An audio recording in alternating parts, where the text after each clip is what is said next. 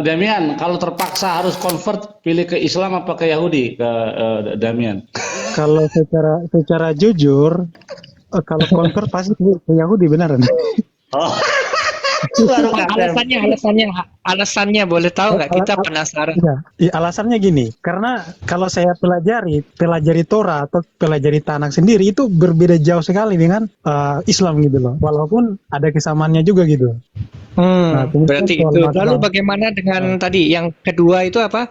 Praktek-praktek atau hukum-hukum? Hukum apa yang paling mengganggu atau paling apa namanya?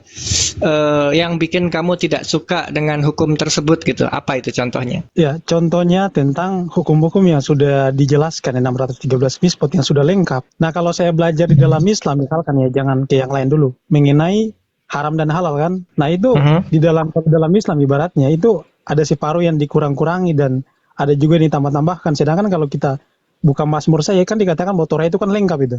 Torah itu satu hal tersendiri, tradisi budaya kultur itu satu hal tersendiri lagi. Jadi konsep mengenai Masyiah sebagai raja, sebagai pemimpin negara, kalau sekarang presiden gitu misalnya, kalau zaman dulu raja, itu adalah konsep yang muncul belakangan. Tapi di zaman Moshe nggak ada, di Torah nggak ada, terus di zaman Yehoshua bin Nun juga belum ada itu konsep itu.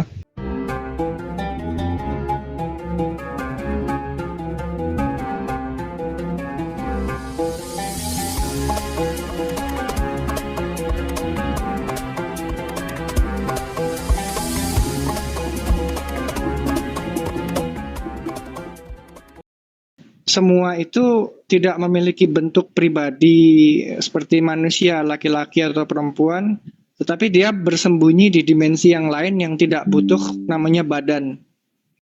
Kalau 3 dimensi itu butuh panjang, tinggi, sama lebar, atau volume, berat juga iya. Tapi di dimensi yang lain itu nggak ada semuanya. Itu kalau menurut dogma atau keyakinan. Jadi Hashem itu El Shaddai, kekuatan yang maha mencukupi, El Elyon, kekuatan yang maha tinggi, El Roi, kekuatan yang maha melihat, El Rahum, kekuatan yang maha mengasihi misalnya, El Khanun, dan sebagainya. Itu cuman sifat-sifat yang adalah eh, konsekuensi dari sebab dan akibat. Adanya perbuatan maka adanya gelar-gelar itu. Kalau tidak ada perbuatan, gelar itu hilang. Berarti yang maksud kesatuan itu kepada energi ya. Energi dari action. Jadi misalnya gini, ketika Hashem mencukupi kebutuhan Abraham, dia nggak kekurangan apapun, kaya raya, dapat berkat, itu El Shaddai, kekuatan yang maha mencukupi. Karena El itu kan power artinya. Jadi kekuatan yang maha mencukupi. Lalu ketika Hashem bilang El Elyon, kekuatan yang maha tinggi. Belum ada entitas yang bisa mengalahkan atau mematikan Hashem, misalnya begitu. Terus El Roi, Hashem itu maha melihat. Jadi mau bersembunyi dimanapun Hashem tahu gitu loh. Orang mau bikin salah seperti apa, dia kayak punya CCTV atau mata-mata yang selalu mengawasi kemanapun manusia itu pergi. Jadi itu manusia nggak bisa sampai ke situ karena kita terbatas di dalam ruang dan waktu. Kalau saya ada di kamar, ya saya nggak ada di luar kamar. Tapi kalau Hashem itu ada di kamar, ada di luar juga, bersamaan dia. Jadi Mirip kalau Tuhannya yang Islam ya. berarti ya kalau yang penjelasan itu penjelasan dogmatik ya. Kalau misalkan Dogma. logika gitu. Kalau logika Kalau logika. energi. Atom itu Energi. adalah tubuh daripada energi. Soalnya kalau nggak ada atom, konsekuensinya begini. Kalau atom itu tidak ada, maka benda keras, benda cair, benda gas, itu kan tidak ada nantinya. Yang menentukan benda itu kayu, atau benda itu tanah, atau benda itu jelly, atau benda itu air, atau benda itu susu kan jumlah proton dan elektron di dalam atom itu.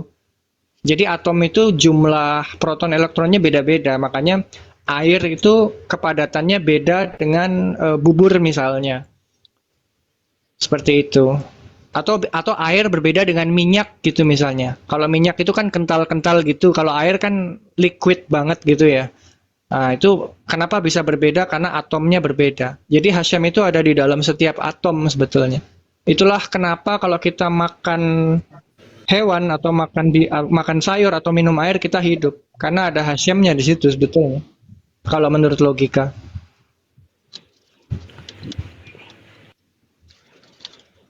Gitu ya. Tapi penjelasan yang tadi kau sampaikan itu kira-kira ada nggak maksudnya referensinya dari kalau yang tadi saya bawa itu kan dari si Rambam kan. Nah, kira-kira Rambam ada nggak menjelaskan seperti itu? Em, Rambam itu menjelaskan tentang Mishnah, cara melakukan Torah gitu. Bukan menjelaskan Hashem itu bagaimana. Dia hanya menjelaskan sedikit saja tentang Hashem, bahwa Hashem itu kesatuan yang tidak bisa dinomorkan. Jadi gini, kalau 1 galon dengan 2 galon kan berbeda. Nah, sementara Hashem itu satu, tapi satunya itu sebetulnya bukan satu, tapi infinite gitu loh. Infinite itu tidak terbatas artinya. Kalau tidak terbatas berarti bukan 1, bukan 2, bukan 1 juta. Tapi karena itu tidak terbatas, tidak bisa dinomorkan sebelumnya. Jadi angka 1 itu hanya merujuk ke nama sebetulnya. Nama Hashem itu 1, Yud He Waw He. Tapi Hashemnya sendiri itu bagaimana beroperasinya itu tidak bisa didefinisikan dengan jumlah, ruang, dan waktu. Jadi kalau Hashem ada di bumi, Hashem juga ada di bulan atau di matahari di waktu yang sama. Itu kan tidak bisa didefinisikan secara angka. Oh iya. Saya sepakat nih karena kalau misalkan kita buka dari Ibnu Yesra dan Rasi juga kan dia menjelaskan bahwa yang satu itu kan nama kan. Nama. Nah, sedangkan kalau kita ngomong masalah eksistensi Tuhan itu kan ada di mana-mana gitu. Dia kan menaungi segala Itu tempat kan. omnipresence itu ilmu logika sebetulnya. Karena gimana ya? Bagaimana bisa disebut ada sebuah action yang namanya El Roi, kekuatan yang maha melihat. Kalau maha melihat itu kan berarti semuanya terawasi. Semut pun terawasi gitu. Semut, bakteri itu kan semua terawasi. Kalau konsep secara dogmatisnya begitu, konsekuensi logikanya apa? Berarti Hashem itu tidak memiliki pandangan yang terbatas, tapi pandangannya tidak terbatas. Kalau pandangan manusia terbatas nih 180 derajat kalau nggak salah ya. Kalau nggak sampai 180 derajat. Lebih kecil daripada itu. Pandangan manusia terbatas. Kalau melihat ke depan dia nggak bisa lihat ke belakang. Tapi kalau Hashem itu bisa lihat ke depan, ke belakang, ke atas, ke bawah, ke kiri, ke kanan tanpa batas. Itu kan susah dijelasin secara apa ya? Secara sains kan susah itu. Ya, jangankan begitu, Sak. Ingat nggak waktu pemwahyuan 10 perintah Tuhan? Itu dari semua sisi bisa melihat, yang di depan bisa lihat, di belakang bisa lihat, kanan kiri itu bisa baca dengan sama. Iya. Ya berarti ada yang bilang lanjut. Ada yang bilang kalau 10 perintah itu batunya itu pakai batu safir. Tahu kan yang seperti berlian tapi warnanya biru? Itu namanya safir, itu mahal banget itu harganya kalau di toko berlian. Nah, ada yang bilang kalau sebetulnya tapi ini midrash ya. Midrash itu kan legenda sebetulnya artinya. Nah, midrash ini mengatakan bahwa tablet perjanjian itu atau kalau bahasa Indonesianya loh batu itu terbuat dari batu safir. Bayangkan, batu safir itu ngukirnya kan keras banget. Kita pakai teknologi modern aja harus pakai gerenda khusus loh buat ngukir di atas safir atau berlian.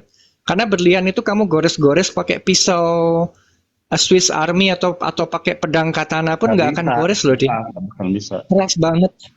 Jadi kalau misalnya ditulis dengan jari Hashem itu kan di luar logika jatuhnya. Logika nggak bisa melogikakan itu. Gitu. Hanya berlian yang bisa menggores berlian lain. Apakah jarinya Hashem itu berlian atau lebih keras dari berlian kan itu menimbulkan pertanyaan lebih lanjut secara logika kan begitu. Iya. Damian, apa namanya? Kristen Ortodok itu oneness apa Tritunggal sih itunya apa denomnya? Trinitas. Tritunggal. Oh iya. Oke. Lanjut. Tapi tadi yang Ishak sampaikan itu saya sangat setuju bahwa tuh Hashem itu kan dia bukan ibaratnya kan benda padat. Jadi tidak bisa kita hitungkan seperti 1, 2 seperti benda gitu kan. Nggak bisa kalau galon ada 1, 2 kehitung gitu. Iya. Tapi kalau ini satunya nama maksudnya kan Hashem Echad, bukan Elohim Echad. Kalau Elohim Echad berarti Hashem itu benda. Karena Elohim itu bisa benda. Misalnya Malach itu Elohim, Moshe itu kan Elohim. Abraham Elohim, hakim-hakim Israel Elohim. Kalau Elohim segitu banyak, makanya tidak disebut Hashem Eloheinu, Elohim Echad. Enggak, disebutnya Hashem Eloheinu, Hashem Echad. Hashemnya yang satu. Namanya dia Iya, yang iya. satu. Damian, kalau terpaksa harus convert, pilih ke Islam apa ke Yahudi, ke Damian? Kalau secara jujur, kalau convert pasti ke Yahudi beneran. Oh, baru kata. Alasannya boleh tahu nggak? Kita penasaran. Iya. Iya, alasannya gini, karena kalau saya pelajari Torah atau pelajari Tanakh sendiri itu berbeda jauh sekali dengan Islam gitu loh. Walaupun ada kesamaannya juga gitu. Yang perbedaan yang paling tidak kamu setujui atau perbedaan yang paling kamu anggap problematik, contohnya seperti apa gitu? Kalau kamu misalnya disuruh milih antara konversi ke A atau ke B, perbedaan seperti apa yang paling mengganggu pikiranmu? Iya, yang pertama itu tentang ketuhanan dan masalah hukum gitu. Kalau ketuhanan gimana tuh? Apa Ya, yang kalau menjadikan itu mengganggu pikiranmu itu gimana tuh? Contohnya? contohnya kalau di dalam tanah kan dikatakan bahwa nama Tuhan itu kan satu kan. Nah, Ya. kalau kita baca tafsiran ibaratnya dari Rasi bahwa namanya itu nggak berubah dan namanya itu cuma satu, dan ada banyak ayat di dalam Alkitab bahwa nama Hasim itu satu. Tapi kemudian kalau kita belajar tentang keislaman itu kan namanya kan berbeda gitu loh. Nah, kemudian Berarti soal itu. Lalu masalah bagaimana dengan tadi yang kedua itu apa? Praktek-praktek atau hukum-hukum? Hukum apa yang paling mengganggu atau paling apa namanya? Yang bikin kamu tidak suka dengan hukum tersebut gitu? Apa itu contohnya? ya contohnya tentang hukum-hukum yang sudah dijelaskan di 613 mispot yang sudah lengkap. Nah, kalau saya belajar di dalam Islam misalkan ya, jangan ke yang lain dulu, mengenai haram dan halal kan. Nah, itu di dalam Islam ibaratnya itu ada separuh yang dikurang-kurangi dan ada juga yang ditambah-tambahkan. Sedangkan kalau kita buka Mazmur saya kan dikatakan bahwa Torah itu kan lengkap itu. Artinya tidak Betul. boleh dikurangi dan tidak boleh ditambahkan. Jadi apa yang Hasyim Bukan di Mazmur, di itu. Torahnya sendiri yang melarang menambah mengurangi. Kalau Mazmur itu kan hasil karya orang, hasil karya sastra lah, nasihat, nyanyian, karya seni lah kalau kita bilang zaman sekarang. Sedangkan Torah yang sebetulnya melarang menambah dan mengurangi, itu betul. Poin itu tidak salah. Kalau dari sudut pandang itu tidak salah. Cuman kan manusia ini memiliki free will sebetulnya. Jadi dia bisa menjadi apapun yang dia inginkan selama dia sadar dan tidak dipaksa oleh orang lain gitu kan. Kan intinya kan free will itu kan tidak dipaksa orang, atas keinginan sendiri gitu. Iya, betul. Yang dikurangi itu apa, Demian? Yang jelas gitu loh. Yang diharamkan itu apa, yang dihalalkan itu apa? Contohnya di Imamat 11 ayat 4 dan Apa? 6, juga ayatnya seterusnya dikatakan begini bahwa onta dan kelinci haram, kemudian ikan-ikan yang tidak bersisik dan bersirik itu juga haram. Nah, tapi kalau kita belajar hukum di dalam Islam, onta dan kelinci kan halal kan, bahkan baginda kan makan onta dan kelinci. Kemudian tentang makanan-makanan yang di laut juga, misalkan seperti cumi-cumi dan sebagainya itu kan dihalalkan dalam Islam. Sebenarnya bukan cuma masalah haram dan halal saja, tapi sebenarnya ada banyak hukum gitu. Iya, kalau secara logika itu masuk akal. Artinya karena manusia punya free will, dia bisa memilih suatu keyakinan atau tidak berkeyakinan sesuai dengan pilihannya tanpa dipaksa oleh siapapun. Artinya itu sifatnya relatif, tidak absolut, dan juga itu menjunjung penuh kebebasan manusia untuk memilih apapun jalan hidupnya gitu. Mau jadi orang Israel silahkan, mau jadi orang non-Israel silahkan, mau jadi orang Kristen silahkan, mau jadi orang Islam silahkan. Sebetulnya free will itu di situ. Makanya Torah mengatakan dan kamu pilihlah kehidupan supaya kamu hidup, kamu dan keturunanmu. Torah mengatakan begitu. Itu artinya memfasilitasi manusia dengan free will. Jadi bukan kamu harus menjadi Yahudi, kalau tidak kamu akan dihukum selama-lamanya di neraka. Torah tidak mengajarkan itu. Makanya ada free will yang besar di dalam Torah, yang membuat orang menjadi nyaman karena orang disuruh memilih atas dasar kesadaran, bukan atas dasar paksaan atau ancaman.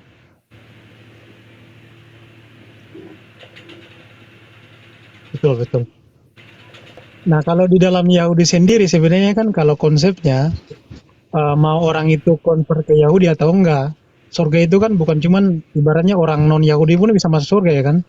Tidak harus Bisa, convert bisa, ke Yahudi kan? bisa. Yang menentukan seseorang itu mendapatkan olam haba yang baik dan bukan mendapatkan penderitaan itu perbuatan baik paling utamanya. Jadi kalau untuk non-Israel itu tidak dituntut yang namanya kamu harus melayani Hashem, menyembah Hashem, beribadah kepada Hashem. Tuntutan itu nggak ada di dalam Torah. Karena Torah itu untuk orang Israel dan untuk convert Israel. Tapi kalau bangsa-bangsa lain punya kesadaran sendiri yang diutamakan itu kebaikannya sebetulnya. Misalnya lihat ada anjing di jalan nggak makan, kasih minum, misalnya kasih makan, itu kebaikan, itu nilai plus 1. Atau misalnya lihat ada orang dipukulin, terus selamatkan orang itu gitu kan. Selamatkan dulu, apapun alasannya diselamatkan dulu orang itu, baru nanti ditanya kenapa kamu tadi dipukulin orang. Jadi ngelihat orang dianiaya itu nggak diem saja gitu, ada kontribusinya. Nah, Torah itu adilnya di situ.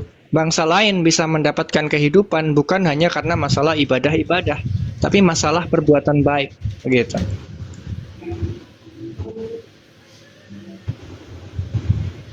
Iya, iya. Nah, tapi kalau misalkan ibaratnya orang non Israel, tapi kalau dia jahat berarti neraka ya? Kalau orang Israel jahat itu ada sebab dan akibat, ada hukumannya ada. Kalau kita bicara masalah logika kan berarti di bumi ya. Kalau ada Sanhedrin atau ada pengadilan, maka kalau orang Yahudi bersalah, dia kena sanksi dong, kena hukuman, kena penalti. Tapi kalau bicara masalah kehidupan yang berikutnya, kan Hashem itu kan disebut sebagai apa istilahnya ya? Disebut sebagai hakim yang adil di kehidupan yang selanjutnya. Kita nggak bilang kehidupan yang sekarang karena kita nggak bisa melihat Hashem di kehidupan ini. Tapi Hashem dibilang sebagai hakim yang adil di kehidupan yang selanjutnya. Maka kalau kita bikin salah sekarang itu dihitung. Kalau kita nipu orang misalnya, atau kita dagang nipu orang, atau kita bisnis kerjasama dengan orang, bagi hasilnya curang misalnya, tidak sesuai perjanjian misalnya, itu kesalahan-kesalahan itu dihitung. Jadi kita harus benar-benar sadar kalau kita ini orang jujur, berusaha menjadi orang yang baik, menolong orang, tidak menghakimi orang lain di luar pengetahuan kita, di luar fakta maksudnya. Boleh kita menyalahkan orang kalau itu fakta, tapi kalau itu hanya misalnya fitnah atau misalnya menjelekkan nama orang karena iri hati, itu nggak boleh sebetulnya. Itu namanya lashon hara, namanya lidah kejahatan. Gak kan misalnya ya, menjelek-jelekan Yesus gitu misalnya. Oh, Yesus jahat begini gini gini, tapi nggak ada buktinya nih misalnya, nggak ada teks, nggak ada apa, nggak ada bukti yang lain, cuman atas dasar kebencian karena iri hati misalnya, itu nggak boleh itu sebenarnya. Atau misalnya, wah Muhammad itu begini-begini, tapi nggak ada bukti teksnya, itu juga nggak boleh. Semua boleh dikritisi kalau ada teksnya. Jadi itu hanya sebagai bahan pelajaran moral dan etika sebetulnya. Tapi kalau kita benci pribadinya karena iri hati atau karena kita ingin merosting atau membuli orang, nggak boleh itu kalau di dalam Torah.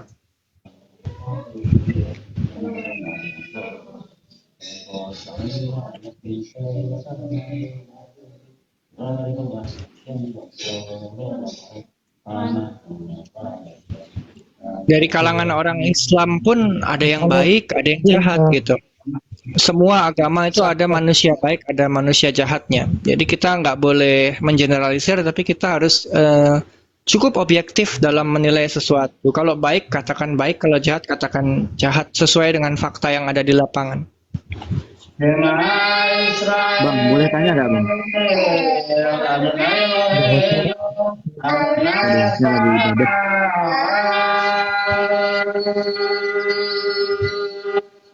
Ya, gimana tadi? Ada yang mau tanya? Jika umat Kristen Saya mau nanya lagi nih. sudah Kalau yakin di dalam dengan Torah sendiri itu kenapa Kenapa Roh Kudus tidak membimbing dia untuk selalu berbuat baik?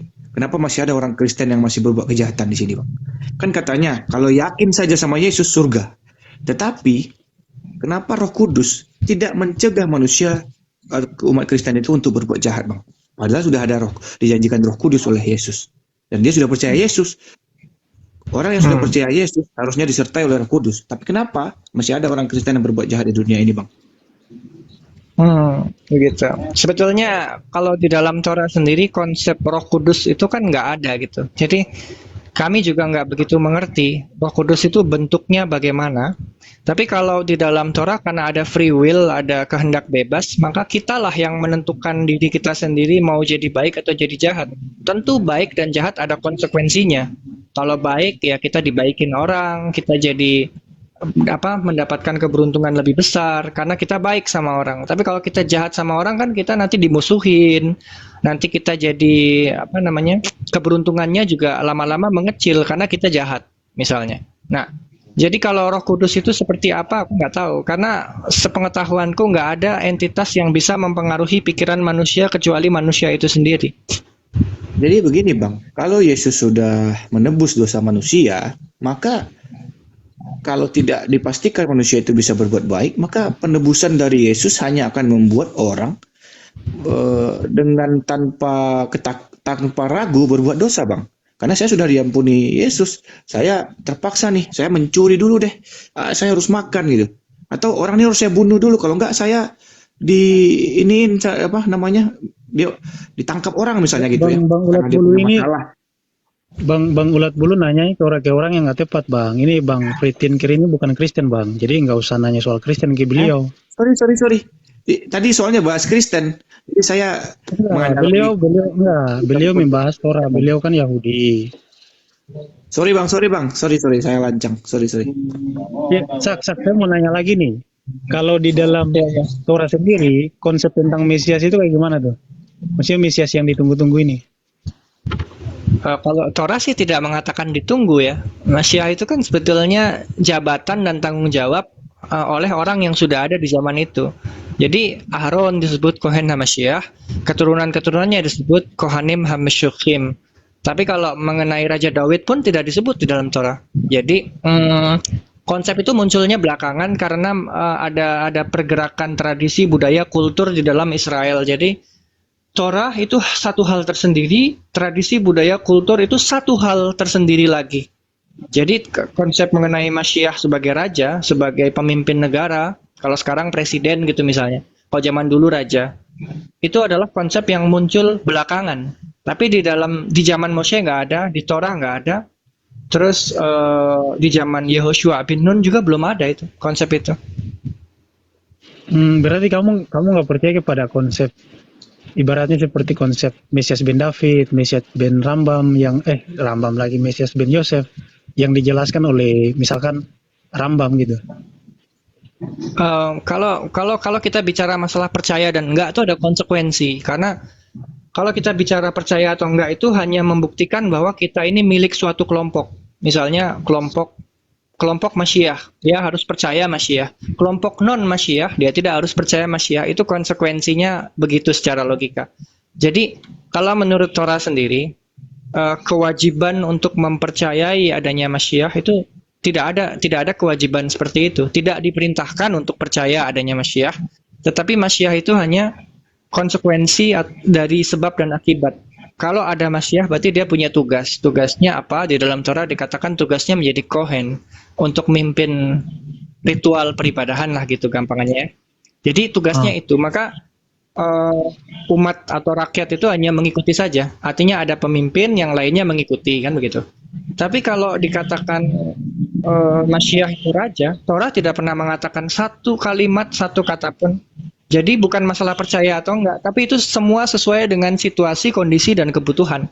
Kalau kebetulan di zaman Daud ada raja, dan dia raja Israel, Shlomo dia raja Israel, maka orang Israel harus tunduk pada rajanya. Karena kan mereka sendiri yang meminta di dalam Torah. Kami ingin juga dong raja manusia, begitu. Kami juga pengen raja manusia seperti bangsa-bangsa lain. Itu karena mereka menginginkan. Maka Hashem bilang, Ya udah, nanti suatu saat kalau ada raja yang manusia, berarti kalian harus tunduk sama dia. Torah mengatakan begitu. Jadi orang Israel ini harus tunduk kepada raja. Kalau rajanya ada, tapi kalau rajanya nggak ada, mau tunduk sama siapa? Sama Torah kan? Sama Torah itu sendiri. Berarti begitu. Nah, dan raja itu tidak boleh melompati atau melewati Torah. Jadi kalau Torah bilang A, raja juga harus bilang A. Kalau Torah bilang B, raja juga harus bilang B. Dia nggak boleh menciptakan ajaran baru di luar Torah. Itu konsekuensinya. Oke, paham.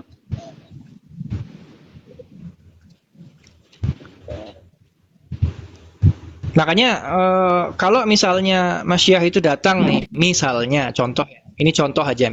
Misalnya Masyiah datang, dia raja, lalu dia membangun Beit Hashem, terus tiba-tiba dia mengklaim nama saya Yeshua gitu ya, kita harus terima. Atau kalau dia mengklaim nama saya Moshe, kita harus terima karena itu kan namanya dia.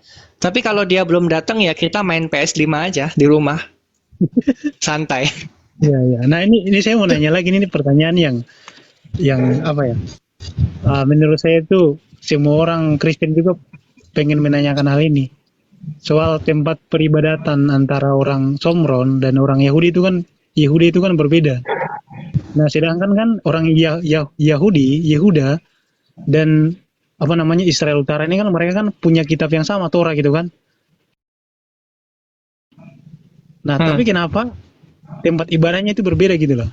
Maksudnya orang Yehuda menghadap ke Yerusalem, sedangkan orang Maksudnya itu central worship gitu, maksudnya tempat ngumpul bersama yang tempat ngumpul secara besar-besaran gitu maksudnya. Iya. Karena kalau kita bilang sinagog, banyak ada di sinagog di Amerika, di Eropa, di Indonesia, di Jepang, di Cina itu sinagog banyak, atau Beit Hatfilah itu banyak. Tapi yang dimaksud di sini mungkin Beit Hashem, Bait Suci. Ya. Secara histori harus diakui secara jujur bahwa yang pertama kali membangun Bait Suci atau Beit Hashem itu kan sebetulnya batu fondasinya didirikan oleh Daud, dan bangunannya secara utuh dilanjutkan oleh Shlomo atau Salomo. Jadi sebelum era Daud dan Shlomo itu nggak ada. Di zaman Moshe nggak ada, di zaman Yehoshua bin Nun nggak ada, di zaman seterusnya belum ada. Muncul pertama kali sebagai bangunan utuh di zaman Shlomo. Ya itu nggak masalah sih sebetulnya, karena manusia boleh melakukan pelayanan kepada Hashem di mana saja. Tapi kalau yang Torah katakan secara tekstual bahwa untuk menurunkan berkat dari langit, untuk melakukan sebuah aktivitas untuk supaya berkat Hashem itu turun, itu harus di Har Gerizim. Makanya orang Israel Utara sampai hari ini dengan setia dan gagah menjaga tempat itu gitu misalnya. Sedangkan orang Israel Selatan dia bangga dengan heritage atau dengan warisan yang diturunkan oleh Shlomo gitu. Tetapi pada intinya kalau Masyiah datang, entah itu namanya Yeshua atau Moshe atau Abraham atau siapapun itu yang mengklaim sebagai Masyiah nanti, kalau dia bilang harus ke Yerusalem, kita harus ke Yerusalem. Kalau dia bilang harus ke Har Gerizim, kita harus ke Har Gerizim. Jadi intinya bukan Har Gerizim atau Yerusalem, tapi kalau Masyiah mengatakan A, ya kita harus bilang A nantinya, gitu. Jadi kalau sekarang Masyiah belum datang itu nggak terlalu relevan. Artinya kita masih bisa main game dan nunggu dia datang, gitu. Oke.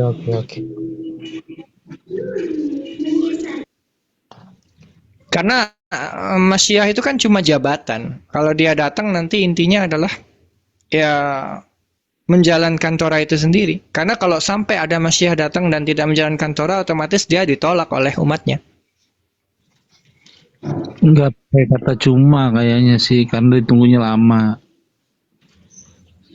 Ya kalau masalah ditunggu lama, ya, masalahnya gini, manusia udah layak belum menerima kedatangan Masyiah itu kan pertanyaannya kan begitu. Kalau dogmatis ya, karena ini kan kaitannya. Maksud saya itu bukannya secara dogmatis bukan. Mesias itu bukan sesuatu yang biasa. Karena apa? Kalau ditunggunya sudah ribuan tahun mungkin ini bukan sosok yang biasa saja, tidak seperti raja biasa atau pemimpin imam biasa. Ini sesuatu yang luar biasa. Kenapa Mesias dinanti-nantikan? Karena Boleh dikatakan jenius pribadi yang ini. luar biasa. Kalau misalnya pengetahuan Moshe digabungkan dengan kebijaksanaan Shlomo, Shlomo itu kan manusia paling bijaksana di bumi kalau Tanakh mengatakan begitu. Kalau ada satu saja orang di bumi ini yang punya pengetahuan seperti Moshe dan kebijaksanaan seperti Shlomo, itu udah sangat luar biasa. Tapi belum ada satupun orang yang seperti itu, yang mengklaim sebagai Mesias dan punya kualitas seperti itu. Makanya nanti kalau Mesias datang dan memenuhi kualitas itu atau kualifikasi itu, maka itu menjadi kejayaan Israel akan kembali memuncak seperti zaman dulu. Tapi sekarang Israel belum berjaya, belum ada kebanggaan yang spesifik yang luar biasa. Hanya ada Torah saja untuk dikerjakan. Nah, Torah ini kerja keras, nanti hasilnya entah kapan, gitu. Kalau dibilang begitu saya nggak setuju juga ya. Maksudnya begini, kalau menurut Yeskiel 28 ada satu manusia loh, yang dirinya tuh mungkin bisa setara sama Salomo. Karena apa? Tidak ada rahasia di dunia ini yang tidak dia ketahui. Nah, itu dia siapa? Sebetulnya yang disebut Masyiah itu kan sebetulnya nggak jauh beda dengan, jadi gini. Kalau kita bilang, kan sering ada pertanyaan, apakah Moshe itu nabi? Jawabannya ya. Apakah Abraham itu nabi? Ya, gitu kan misalnya. Apakah Noah itu nabi? Ya. Tapi orang lupa bertanya, nabi itu apa? Ternyata menurut definisi orang Israel atau menurut pengetahuan dasar orang Israel, nabi itu adalah seseorang yang bisa berkomunikasi dengan Hashem. Satu itu. Lalu kedua syaratnya adalah dia mendapatkan informasi tentang masa lalu atau masa depan. Kalau masa depan berarti sejenis ramalan yang belum terjadi. Lalu yang ketiga, Masyiah ini ternyata memenuhi kualifikasi itu. Jadi seorang Masyiah pasti bisa bicara dengan Hashem. Seorang Masyiah pasti akan tahu masa depan dan pasti sudah tahu masa lalu. Lalu seorang Masyiah ini punya kebijaksanaan seperti Shlomo untuk memutuskan perkara-perkara yang adil, lalu juga memiliki pengetahuan seperti Moshe, jenius gitu. Nah, Masyiah seperti ini kan belum ada. Kalau suatu saat dia ada, ya orang Israel harus tunduk sama dia, karena Torah mengatakan kamu harus tunduk kepada raja manusiamu, karena kamu sendiri yang minta adanya raja manusia di masa depan. Kan mereka bilang suara Hashem itu menakutkan. Suara Hashem itu menakutkan, tolong kami nggak kuat dengar suara Hashem. Jadi berikanlah kami raja seperti bangsa-bangsa lain gitu. Nah, jadi seperti itu konsekuensi karena Israel sudah meminta gitu. Tapi sekarang ini Israel itu negara sekuler, nggak ada rajanya. Jadi kita nggak punya kewajiban untuk tunduk kepada pemimpin manapun, karena raja nggak ada sekarang. Raja nggak ada, jadi kita nggak punya kewajiban untuk tunduk kepada manusia. Bang, saya mau nanya, Bang. Boleh, Bang? Tanya ke siapa?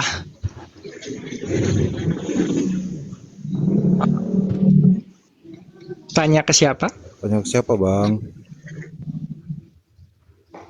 Oke, saya duluan dulu, Bang Ishak. Ya. Saya mau nanya ini. Ya, Bang Billy, sekalian juga kalau mendengar ya. Saya mau nanya pemahaman dari Yahudi yang mengenal Taurat tentang roh Elohim. Halo, Ruah Elohim. ini Jadi apakah sama mengenal Abang Elohim itu juga sama dengan Kristen Fikir itu ini. adalah roh? sama Bang Fikir ini. Itu yang saya Bang, pengen kalau tanya pendapat pemahamannya, Abang Bang Ishak terkait dan Bang Billy. Ka'bah itu, pendapat Yahudi itu gimana, Bang? Nah, tanya ke siapa nih? Aku juga mau tanya tuh. Satu-satu dulu, Iya, satu-satu. Kira-kira Ibrahim membangun Ka'bah nggak? Kira-kira menurut Torah gitu. Sebentar Demian. Sebentar Demian. Saya dulu, soalnya satu. pakai Bluetooth, takutnya habis Bluetoothnya nanti saya terpental. Ini Dilton dulu. Ya, Dilon. Jadi menurut Bang Billy, Bang Ishak yang memahami Taurat, saya mau nanya apakah benar ruah Elohim itu sama dengan pemahaman Kristen bahwasannya Elohim itu adalah ruh? Beda. Beda ya. Kalau ditanya sama atau beda, jawabannya beda. Kalau ditanya alasannya kenapa, ada tema yang lain untuk menjelaskan itu. Ya karena tadi kan itu Karena membahas tentang kekuasaan daripada Elohim tadi kan, itu kan sebenarnya sampai Nah, kepada Elohim itu pemahaman daripada Nabi nggak kan. selalu artinya. Jadi gini, Elohim itu bukan Tuhan artinya. Elohim itu sebuah Kalau ke sebuah Yahweh, kosakata. kalau ke YHWH-nya Bang Isak, Ke apa? YHWH, kalau ke YHWH. YHWH-nya, Oh, Elohim, ke YHWH. Hashem. Kalau Yud He Waw He apakah itu kan sebetulnya apakah roh? artinya entitas yang abadi sebetulnya. Yud He Waw He itu kalau diterjemahkan dalam bahasa Inggris artinya eternal sebetulnya. Eternal itu abadi, kekal. yang ada Artinya dan kenapa selalu tetap begitu? ada gitu kan? Ya, Yang telah ada, maksudnya yang dia, sekarang dengar ada, yang soal- akan ada. maksudnya Iya, dia mau betul. ke ruah Saya pernah- Elohim, Pak. saya Ruah pernah Elohim nanya. itu. Ya. Oh, Jadi ruah- mengenai ruah ruah Elohim. Elohim kan dipahami orang Mhm. Kristen sebagai roh Allah, rohnya Tuhan. Jadi Tuhan punya roh. Mhm. Apakah Mhm. memang Tuhan itu roh? YHWH apakah roh gitu ya? Kalau di dalam Torah Hashem itu tidak diketahui apa. Jadi kalau ruah itu artinya angin. Angin itu salah satu kekuatan Hashem. Jadi gini, aku ini manusia, aku punya tangan. Tanganku bisa mencakar orang. Itu properti ya.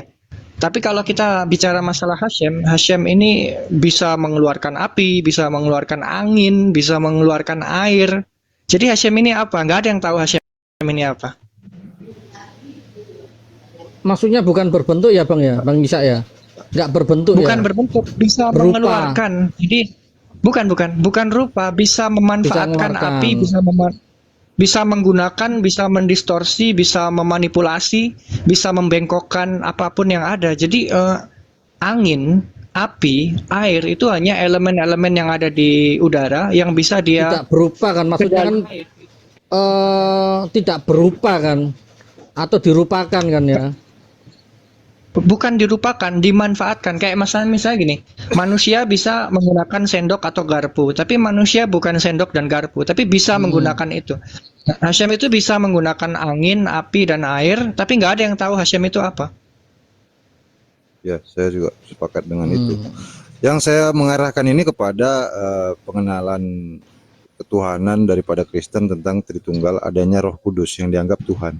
Karena dianggap Tuhan itu adalah roh, maksudnya gitu Bang Ishak. Jadi kan pemahaman bahwasannya Tuhan punya roh, ini kan ada kesalahpahaman mungkin dari memahami Taurat. Karena kan sebenarnya YHWH Sang Maha Pencipta ini dia yang menciptakan roh. Dia tidak menggunakan roh kan? Enggak Karena gini bro. tanpa roh pun Jadi kalau YHWH tetap ada kan gitu. Saya bertanya ke Ishak dulu ya, Demian, nanti tanggapi silakan. Ya silakan Bang Gini, Ishak Bang. ya. kalau misalkan nanya soal keyahudian, ya pasti mereka kan jawab sesuai dengan keyahudian. Kalau kau nanya Ya, tentang makanya saya bertanya tentang Yahudi, Demian, bukan kepada Kristen. tapi nggak Saya usah cuma menyalah- mau Ya, mengarahkan tahu, ke tahu, situ pemahaman Oke. dari pembaca Taurat. Taurat ini yang paham orang Yahudi sebenarnya. Saya menanya Ya, pemahaman Ishak Ya, dan betul. Bang Billy yang paham Taurat aslinya. Itu yang Ya, saya tanyakan. Jadi di ruah Elohim Merakhevet Alpene Hamaim, di situ bukan Tuhan tuh roh Allah melayang-layang gitu kayak Casper itu enggak gitu, atau kayak apa sundel bolong gitu. Enggak gitu. Nah, Nah, di kalau situ roh adalah bukan, angin. tapi Kenapa kan angin roh. ada? Kenapa angin itu ada di situ?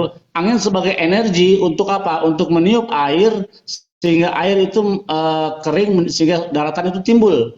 Karena pada waktu itu semua air semua ditutupi air. Ini makanya Tuhan membawa anginnya, ruah Elohim, the wind from God, angin yang dari Tuhan itu mau apa? Untuk niupin air supaya air itu kering sehingga timbul daratan. Itu selaras dengan cerita yang ada di dalam kisah waktu Moshe Rabbeinu membelah laut atas izin Tuhan.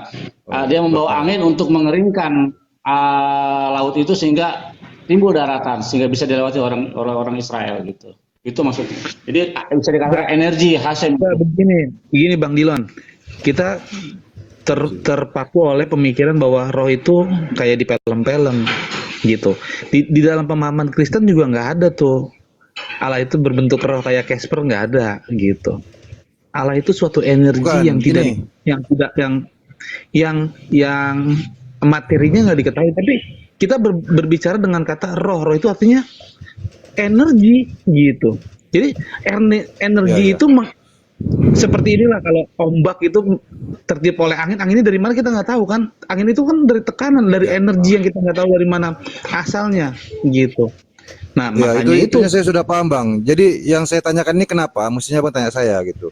Gini, Bang, yang saya tanyakan karena kemarin saya dialog dengan beberapa Kristen, mereka menyatakan ya bahwasannya roh Allah, roh kudus yang dari Allah, ini adalah rohnya Allah. Rohnya Tuhan gitu ya, pemahamannya. Tanpa Iya, roh, Allah dianggap tidak bisa hidup. Jadi saya mau memberikan pemahaman juga kepada yang nyimak mengenai Sang Maha Pencipta ini. Dia menciptakan roh, bukan dia adalah roh. Karena dia yang membuat roh, dia tidak butuh roh. Dia hidup tanpa roh. Dia yang akan terus hidup dan selalu hidup dan nantinya akan hidup terus. Itu tadi yang dikatakan Bang Ishak tentang YHWH maknanya. Bro Riki, bro bisa tanyakan ke Ishak Jadi soal dia- masalah. Ya, Masalah- silakan Bang Ishak. Saya memang dari tadi bertanya ke Ishak Enggak, Demian, bentar. bukan ke Demian, makanya. Sebentar. Tadi Boleh baru nggak Bang saya Billy jawab yang ini? nanggapi, Bang Ishak belum. Enggak, bentar. Sebentar, Saya boleh nggak sebentar. jawab? Mungkin ini? didengar dulu daripada Bang Ishak pendapatnya. Tadi kan Bang Billy. Ya, nanti baru ditanggapi yang Kristen. Silakan. Ya, langsung Sak. Apakah roh di dalam Tanya manusia apa itu ciptaan? Sebetulnya manusia itu tidak ada, kalau bahasa Ibrani neshama itu sebetulnya kesadaran, artinya kesadaran yang ada di dalam tubuh manusia, bukan roh dalam artian seperti hantu gitu, bukan. Tapi manusia itu ketika dikatakan memiliki ruah, maksudnya memiliki pernafasan artinya.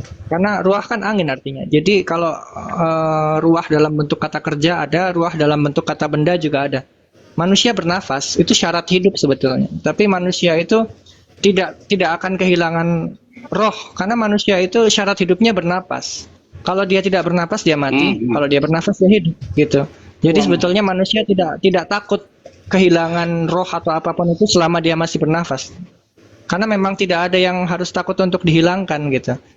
Tidak takut kehilangan yang namanya roh, karena roh itu bukan konsep di dalam Torah. Roh itu kan konsep dari agama lain, bahasa lain, bukan bahasanya Torah gitu. Yang saya tanyakan tadi itu Bang Ishak, apakah YHWH tadi itu ada roh di dalamnya sehingga dia hidup atau tanpa roh dia hidup? Maksudnya ke situ. Bukan, lebih tepatnya Hashem itu bisa menggunakan angin atau ruah untuk mengerjakan apa yang dia inginkan. Misalnya dia ingin mengeringkan daratan, ya dia harus menggunakan angin, karena nggak bisa pakai api atau pakai yang lain, pakai petir kan nggak bisa. Bisanya untuk mendorong air itu ya dengan angin. Artinya dia tidak melanggar sendiri hukum alam itu ya. Iya betul, makanya dia hanya Hashem menggunakan tidak- roh tadi sebagai tanda adanya kehidupan ya. Energinya tadi menandakan adanya kehidupan. Dengan cara membuat angin api tadi itu Bukan. berubah mungkin ya. Roh angin itu kan energi. Angin itu salah satu elemen sebetulnya, dan itu bukan sumber kehidupan. Angin itu hanya syarat kehidupan. Kalau seseorang ingin hidup ya dia bernafas gitu. Jadi di dalam angin itu kan cuman kata benda. Di dalam angin itu kan ada oksigennya tuh. Nah, oksigennya ini kan dihasilkan oleh tumbuhan. Ada juga yang bilang oksigen dihasilkan dari air laut gitu. Jadi kalau tidak ada oksigen, ya kita mati. Walaupun kita mau menghirup udara sekencang apapun, kita mati kalau nggak ada oksigennya, kan begitu. Jadi angin itu sebetulnya cuman syarat hidup, karena ada oksigen di dalam angin makanya kita bisa hidup gitu. Itu pun karena kita mengambil oksigen sebagai bahan bakar untuk membakar kalori energi di dalam tubuh kita sebenarnya. Hanya menggunakannya kan gitu ya. Bukan oksigen ini Artinya manusia itu penuh yang menghidupkan. bergantung. Manusia sekurang-kurangnya bergantung pada 5 hal. Manusia bergantung pada udara, kita bernafas, atau angin ya. Betul. Karena kalau nggak ada angin, bayangkan ini bumi panasnya kayak gimana kalau nggak ada angin. Lalu manusia bergantung dengan yang namanya api. Api digunakan untuk memasak. Entah itu daging atau sayur, itu dimasak dulu. Kalau mentah kan kita bisa sakit perut. Sakit kan kita kalau makan makanan mentah. Makanya makanan itu dibakar dulu. Kalau yang modern lalu ada digoreng atau direbus. Tapi awal mulanya manusia hanya mengenal makanan itu dibakar. atau dipanggang awal mulanya. Nah, terus manusia bergantung dengan yang namanya air. Coba kalau 3 hari nggak minum, kita dehidrasi, bisa mati loh kalau 3 hari nggak minum gitu. Nah, terus kita juga bergantung sama yang namanya kayu dan logam. Gitu, kayu itu tumbuhan atau yang kita pakai sebagai meja dan kursi sekarang ini. Tapi pada intinya kayu itu adalah tumbuhan maksudnya. Jadi tumbuhan itu buah-buahannya kita ambil, kita makan, kita bergantung di situ. Lalu besi bisa menjadi misalnya besi bisa dijadikan perabotan atau di dalam tubuh manusia sendiri ada zat besinya. Jadi sekurang-kurangnya manusia itu bergantung sama 5 hal tadi itu. Paham. Oke, itu aja. Demian, silakan tanggapi yang Kristen. Oke, begini soal roh tadi, Allah itu roh, tanpa roh Allah. Kalau tanpa gini, saya sih agak gimana ya soal pemahaman roh itu angin, ya Tuhan saya bukan kipas yang menghasilkan angin, bukan. Maksud gini, roh itu angin itu maksudnya adalah energi karena terlalu luar biasa energinya menghasilkan sebuah aura yang menimbulkan gerakan itu menciptakan angin gitu. Roh itu adalah suatu energi yang luar biasa yang menciptakan gerakan. Kalau kita bisa pahami roh itu adalah energi, adalah kekuatan, lalu Allah Elohim kan sang nama itu Hasem itu tanpa kekuatan, apakah masih disebut Hasem juga? Apakah masih bisa? Apakah itu yang Allah yang kita maksud sembah itu ya itu? Karena dia memiliki kemampuan, karena dia memiliki kekuatan, makanya dia disebut yang gimana sih? Kan Tuhan yang menciptakan energi, yang menciptakan kekuatan kan Tuhan. Masa jadi bingung gua sama. Ya, gua ngerti. Ini muter-muter di Allah tanpa kekuatan. Naikkan Indra Mosebil. Oh iya. Gitu, Allah tanpa kekuatan. Saya mau nanya dong. Gimana? Minta permintaan Indra Mose. Bang Indra minta permintaan. Itu ada bertanya plus dong. yang dipencet. Bro Yesak, apakah kamu percaya tentang adanya kebangkitan nggak kira-kira? Kebangkitan. Kalau di dalam Torah sendiri sebetulnya tidak menceritakan kebangkitan secara spesifik, cuman ada dibilang nakam weshilem. Itu maksudnya adalah orang yang melakukan kebaikan akan mendapatkan hadiah atau reward ya. Sedangkan orang yang melakukan kejahatan akan mendapatkan hukuman. Sebetulnya itu yang dibahas di dalam Torah. Tapi kalau masalah bangkit lalu seperti udah dikubur nih, udah di dalam tanah, udah jadi tulang, terus tiba-tiba berdiri lagi keluar dari tanah gitu, Torah nggak mengatakan itu loh. Iya. Kecuali begini. Kecuali kalau itu dipahami sebagai kelahiran kembali. Ya otomatis konsekuensinya harus ada orang tua. Harus ada bapak dan ibu dan kita terlahir lagi sebagai sosok yang lain dengan wajah yang lain atau dengan nama yang lain. Tapi kalau selain daripada itu nggak mungkin. Oh, berarti kau menolak pemahaman Sibili ya? Pemahaman Yahudut tentang hari kebangkitan di mana manusia kan dibangkitkan bukan menolak dalam artian kan menolak atau menerima itu kan konsekuensinya kamu menjadi bagian dari kelompok itu atau bukan begitu loh. Jadi kelompok itu macam-macam, pemahaman itu macam-macam. Di dalam Yahudi itu tidak ada kewajiban untuk berpikir sama. Yang tidak boleh dirubah atau ditambah dikurangi itu hanya Torah saja. Selain daripada itu, kalau mau berbeda silahkan, boleh disediakan ruang, disediakan hak asasi manusia untuk berbeda pikiran. Kita mengenanya dengan istilah Kiryat Hametim, gitu, kematian orang-orang, kebangkitan orang-orang mati, konsep itu. Iya. Dan kita berdoa itu 3 kali sehari ya, mengatakan itu bahwa Hasem lah yang menjaga orang di dalam debu tanah dan dia akan membangkitkan orang itu di akhir zaman. Ya, kalau si Ishak ibadahnya 3 hari sekali, 3 kali sehari enggak?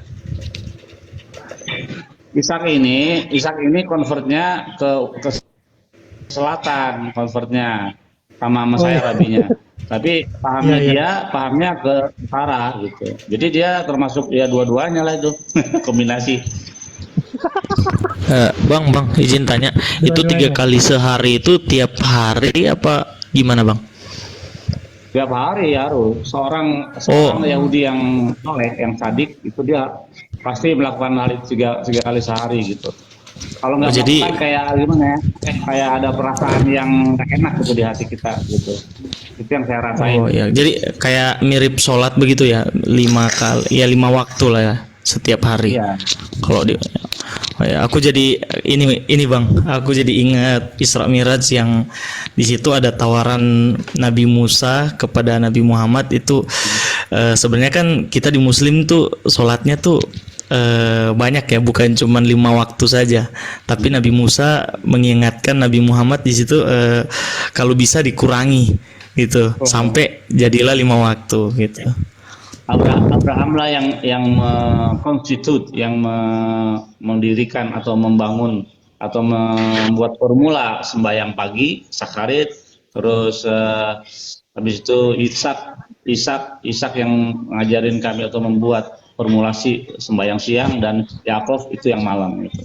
Jadi Abraham, Ishak dan Yakov itu melakukan tefillah juga. Kalau Nah, Om Billy, banyak orang yang nggak tahu ya bahwa tefillah ini sebetulnya kesadaran untuk berterima kasih. Kesadaran untuk berterima kasih kan 19 birkat yang ada di dalam Amidah. Itu kan sebetulnya diucapkan dengan kesadaran. Artinya kalau kita mengucapkan itu, kita sedang sadar gitu. Sadar bahwa kita membutuhkan itu semua. Bukan kita tidak membutuhkan. Semua itu dibutuhkan. Makanya Karena diucapkan. Jadi tidak ada ucapan yang sia-sia. Iya. Karena dalam doa kita Amidah itu Semone Esrei 18 doa kami itu udah mencakup seluruh kebutuhan kita hari-hari gitu. Termasuk birkat Hamini. Ya, jadi gitu. Mulai dari kita perlu, jadi yang pertama kita memuji Hashem dulu, memuji Hashem, baru ntar kita meminta kepada Dia gitu. Jadi nggak langsung minta, tapi kita meninggikan namanya dulu, kita memuji Dia, baru kita meminta apa yang kita inginkan. Bill, mau tanya Bang Bill sama Bang Isa. Halo. Ya. Ada nggak tertulis di kitab kalian di Torah itu Abraham atau Ibrahim bertemu dengan Hashem atau Tuhannya? Ya, artinya itu bertemu disitu, secara berupa lo ya, wujud nggak ada. berwujud, nggak ada ya? Di dalam catatan kami dikatakan bahwa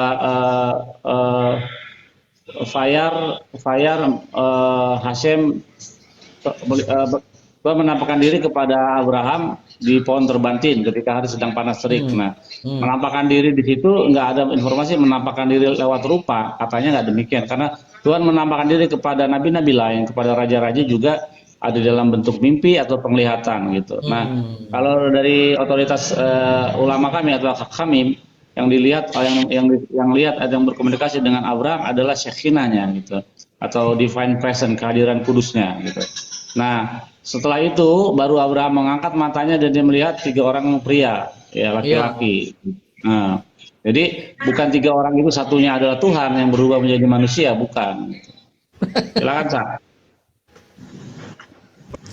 Bang Bill. Oh iya, kalau Tapi di kitab Keluaran kalau nggak salah bilang dua saja yang malaikat. Tuhan berfirman Musa berbicara muka dengan Musa. sebetulnya bukan muka dengan muka, karena Moshe Yang pun tadi tidak dulu, melihat bro. Yang mata atau hidung. PLP. Sebetulnya nggak begitu. PLP di situ ada ada lagi yang PLP, mulut dengan mulut. Apa yang keluar dari mulut itu firman, perkataan, suara, bunyi. Jadi Makanya sebetulnya itu Moshe nggak tahu wajah Hashem itu seperti apa. Karena kalau wajah itu konsekuensinya harus ada mata, hidung, mulut, dan sejenisnya. Jadi Moshe sendiri tidak tahu Hashem itu bagaimana sebetulnya. Tapi yang dimaksud di situ itu, kalau dalam terjemahan yang modern itu ya, artinya direct conversation, artinya percakapan secara langsung. Sama halnya kita gini, saya bicara dengan Demian ya, nggak lihat wajah kamu, tapi saya dengar suara kamu. Itu yang dimaksud Torah itu seperti itu sebetulnya. Saya nggak tahu wajah kamu bagaimana. Atau kira-kira ketika Musa bertanya dan langsung saat itu juga ada jawaban disampaikan, diterimanya gitu. Jadi itu namanya berdialog. Beda dengan yang lain. Ya, masalah hari ini dijawab besok. Itu beda. Ya. gitu ya. Dan perlu diketahui, saya tambahin lagi.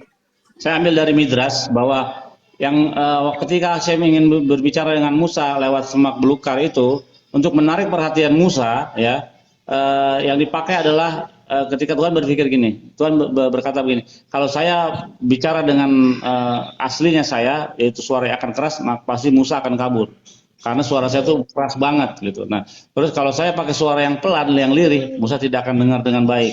Akhirnya yang dipakai oleh Hashem adalah suara dari bapaknya. Siapa namanya bapaknya? Amram. Ya. Jadi berfirmanlah Tuhan Musa, dia bilang, ya Bapak, gitu Bapak. Aku bukan bapakmu, akulah Tuhan dari bapakmu, gitu.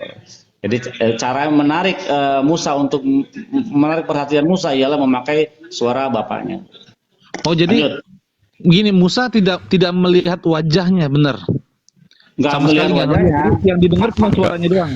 Iya, makanya begini, ada di dalam kitab Keluaran dikatakan begini, dari tengah-tengah api engkau mendengar suara saja, tapi satu rupa atau temuna pun tidak. Nah, makanya ada lagi yang mendukung di dalam kitab Ulangan, engkau tidak bisa tahan melihat wajahku.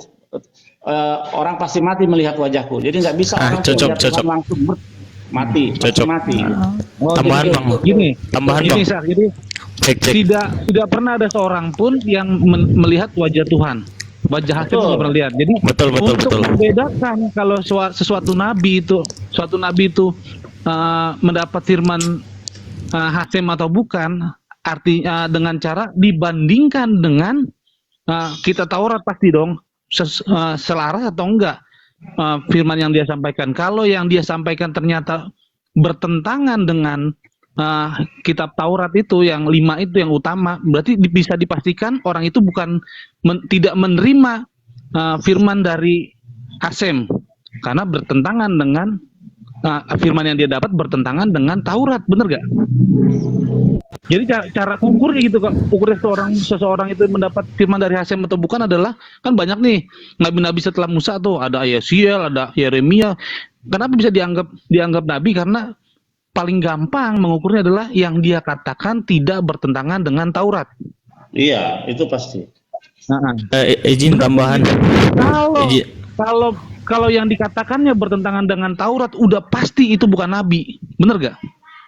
Iya. Ya itu, ya udah, terima kasih. Izin tambahan. Silakan ditelaah apa yang kita pelajari sekarang. Pokoknya tandanya gampang kalau orang itu nabi atau bukan. Firmannya menurut orang Yahudi tidak sesuai dengan Taurat. Jadi siapapun yang mengaku dirinya nabi harus sesuai dengan Taurat. Maksudnya mau kemana nih? Maksudnya kamu mau ke mana nih? Enggak. Ada yang bilang Michael udah menggiring ke Nabi Muhammad.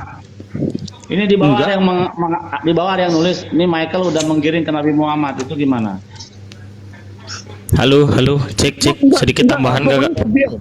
Setiap orang yang mengaku dirinya nabi harus sesuai dengan Taurat. Nah, sekarang gue tanya nih, ada nggak kan di dalam di kitab Perjanjian Lama ada nih kitab yang nggak dimasukin di dalam Alkitab nih? Pasti tahu deh, Ishak tahu. Kayak Tobit. Oh iya, itu iya. Itu nabi atau bukan Tobit itu? Nabi itu banyak ribuan, jutaan nabi di dalam Torah, ya, di dalam Tanakh ada banyak. Tapi yang nabi-nabi besar yang dicatat saja itu sekitar 48 nabi. Cek kan ada, Bang Bil. Ada kitab namanya Deuteronikal itu gini. Gua hafal banget soal itu, soal kanonisasi gua hafal karena gua punya bukunya. Nih bukunya. Cek. Ketika Tuhan berbahasa Yunani, ini rada satir judulnya sebenarnya, rada nyinggung sebenarnya. Ketika Tuhan berbahasa Yunani, di sini proses kanonisasi itu ada, termasuk Deuteronikal dan yang sebagainya ya. Kenapa itu bisa tidak dimasukkan ke dalam kanonisasi baik Yahudi maupun Kristen? Ada dua alasan. Pertama, umurnya terlalu muda. Kedua, dianggap kurang suci kedudukannya dibandingkan kitab-kitab yang kanonikal sekarang. Nah, Kristen di dalam hal ini, maupun Kristen sekte dan sekte B ini bertentangan. Yang satu setuju dengan satu suara dengan Yahudi soal kanonisasi, yang satu tidak setuju, sehingga mereka membuat kanonisasi sendiri dan memasukkan Deuteronikal dan sebagainya itu ke dalam satu kitab gitu. Berarti Gitu di dalam di dalam Yahudi juga itu kagak dimasukin ya? Sabar. Sampai tahun 1567 dalam konsili Tren itu Kristen belum satu suara soal pengkanonisasian gitu. Lanjut. Udah. Kenapa tadi? Izin bertanya, Bang Dalam Billy. Yahudi juga itu bukan kitab suci ya? Bang Bil. Nggak masuk. Bang Billy mengenai ini Bang Billy, Bang Ishak. Oke, thank you. Mengenai Beresit 18 ayat 1. Ini sebenarnya ini gaya ini gaya semitik ya dalam pewahyuan, dalam penyampaian. Di situ wayera Adonai Elohim. Dan dia memperlihatkan dari kata ra'ah melihat, yera memperlihatkan. Nah, ini bukan berarti memperlihatkan wujud Tuhan kepada Musa, kepada Abraham. Ini bahasa Semitik. Nah, hal seperti ini juga Allah sampaikan kepada Nabi Muhammad dalam Al-Qur'an. Allah katakan alam taro. Apakah kau tidak melihat wahai Muhammad? Nah, apakah dia melihat Allah? Bukan, maksudnya melihat wahyu, yang maksudnya kau melihat gambaran dari wahyu yang diturunkan kepada dia, kepada Muhammad. Itu juga dari kata ro'a dalam bahasa Arab, artinya melihat. Oh, mirip itu bukan ya? melihat fisik Tuhan, tapi si Nabi itu sedang menerima wahyu. Oh iya dong, ini bahasa Semitik, bukan bahasa Yunani. Bukan karakter orang Yunani yang dewa-dewi. Kalau dewa-dewi, diperlihatkan, wah lihat Tuhan ini, lihat Tuhan. Wah, ini orang Yunani kayak gitu memang. Karena dia sudah terbiasa gitu. Nah, ini silakan. Mungkin bisa mau mengurai atau bagaimana Bang Billy? Iya, Ishak, tadi aku udah bicara tadi. Ishak, silakan. Kalau gini, kalau di dalam Torah itu lihat pesyat atau arti literalnya dari Shlosha Anashim itu artinya 3 pria. Kalau Hashem kan bukan pria, gini loh. Anashim itu pria-pria, kalau Nashim itu wanita-wanita. Sedangkan Torah mengatakan Lo Ish'el. Elohim itu bukan pria. Jadi konteks ini saja sudah menunjukkan bahwa Hashem itu nggak punya titik gitu loh.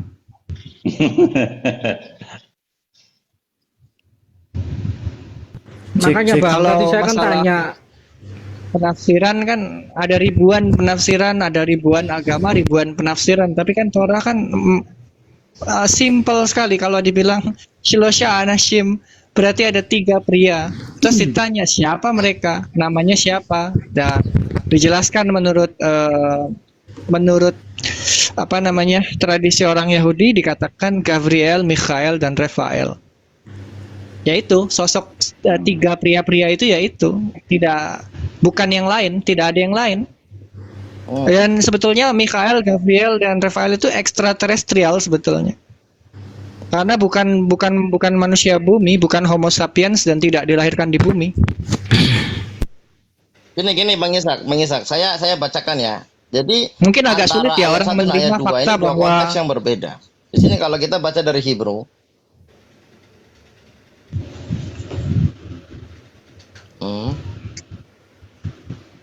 mungkin agak sulit orang menerima fakta bahwa adanya ekstraterestrial itu nyata ya. Terestrial maksudnya UFO itu ya? Gini Ishak gini, kehidupan saya sampaikan yang ada di luar bumi itu ada. Oh ya, oke. Jadi kalau Mikhael, Gabriel, dan Rafael tiba-tiba muncul di bumi entah dari mana gitu, nggak ada angin, nggak ada hujan, tiba-tiba nongol gitu, itu kan harus dipertanyakan dari mana munculnya. Apa dia punya pintu ajaib Doraemon, apa dia punya pesawat terbang, kan begitu pertanyaannya. Nah, Torah tidak menjelaskan itu karena itu bukan hal yang penting. Yang penting di dalam Torah itu kan perintah positif dan larangan negatif gitu kan. Jadi kalau agada atau cerita-cerita itu nomor 2. Yang nomor 1 itu sebetulnya etika dan moral sebetulnya. Bro Ishak, saya masih tertarik tadi yang pembahasan ruh itu kan.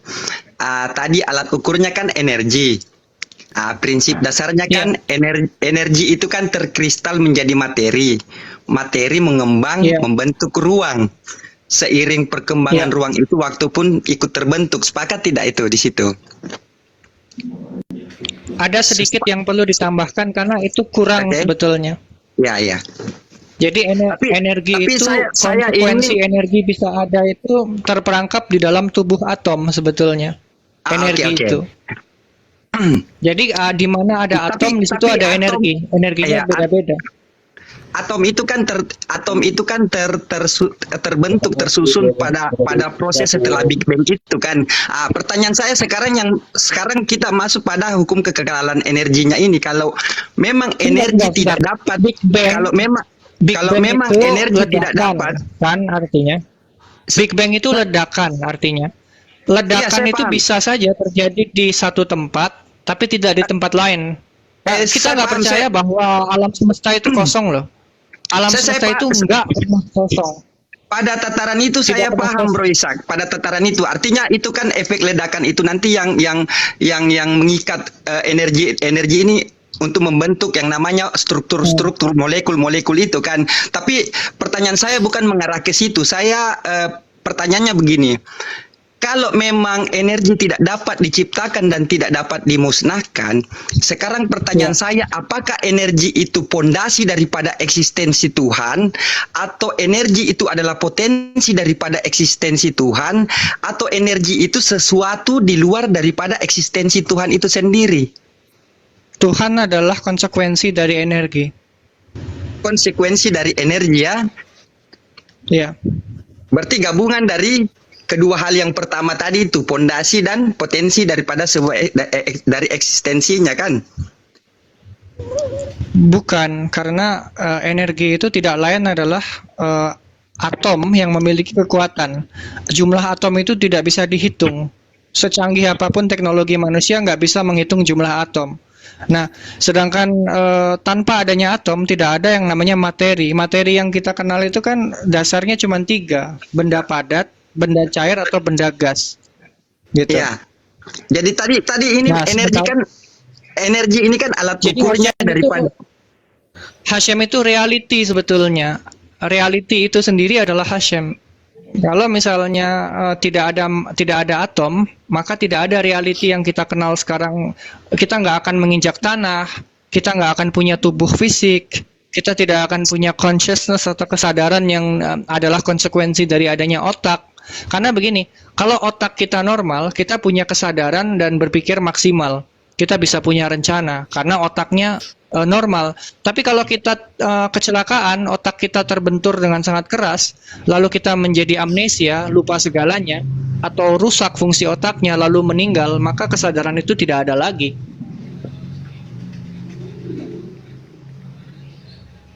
Jadi konsekuensi dari